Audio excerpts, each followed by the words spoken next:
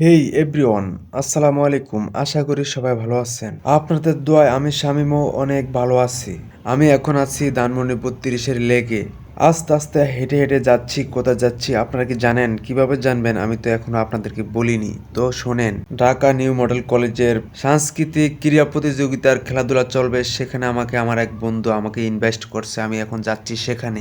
ধানমন্ডি লেগে বিকাল বেলা অনেক জমজট থাকে। এই লেক পারে আইসা স্কুল কলেজের মেয়ে ছেলেরা কি আড্ডা না মারে। আমগো যুগের আড্ডা তো ভালো কথা, সামান্য মেয়েদের সাথে কথা বলতে আমরা ভয় পাইতাম। এই লেক পারটা অনেক বড়। এই লেক পারে ঘুরলে মোটামুটি ভালোই লাগে। যারা যারা চিনেন কমেন্টে অবশ্যই জানাইবেন। আস্তে আস্তে যাইলে হইব। আপনাদের তো তারা আছে তাই না?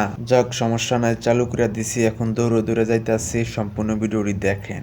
আমারও আবার বেশি লং ভিডিও ভাল লাগে না, তাই শর্ট শর্ট ভিডিও দেওয়ার চেষ্টা করি যাতে অডিয়েন্স দেখে মজা পায়। যাক, কথা বলতে বলতে চলে আসলাম। তো তাড়াতাড়ি চলে আসলাম যেখানে সাংগীতিক অনুষ্ঠান চলে। তো বন্ধুকে ফোন দিলাম, বন্ধু আইসা আমাকে গেট থেকে নিয়ে গেল।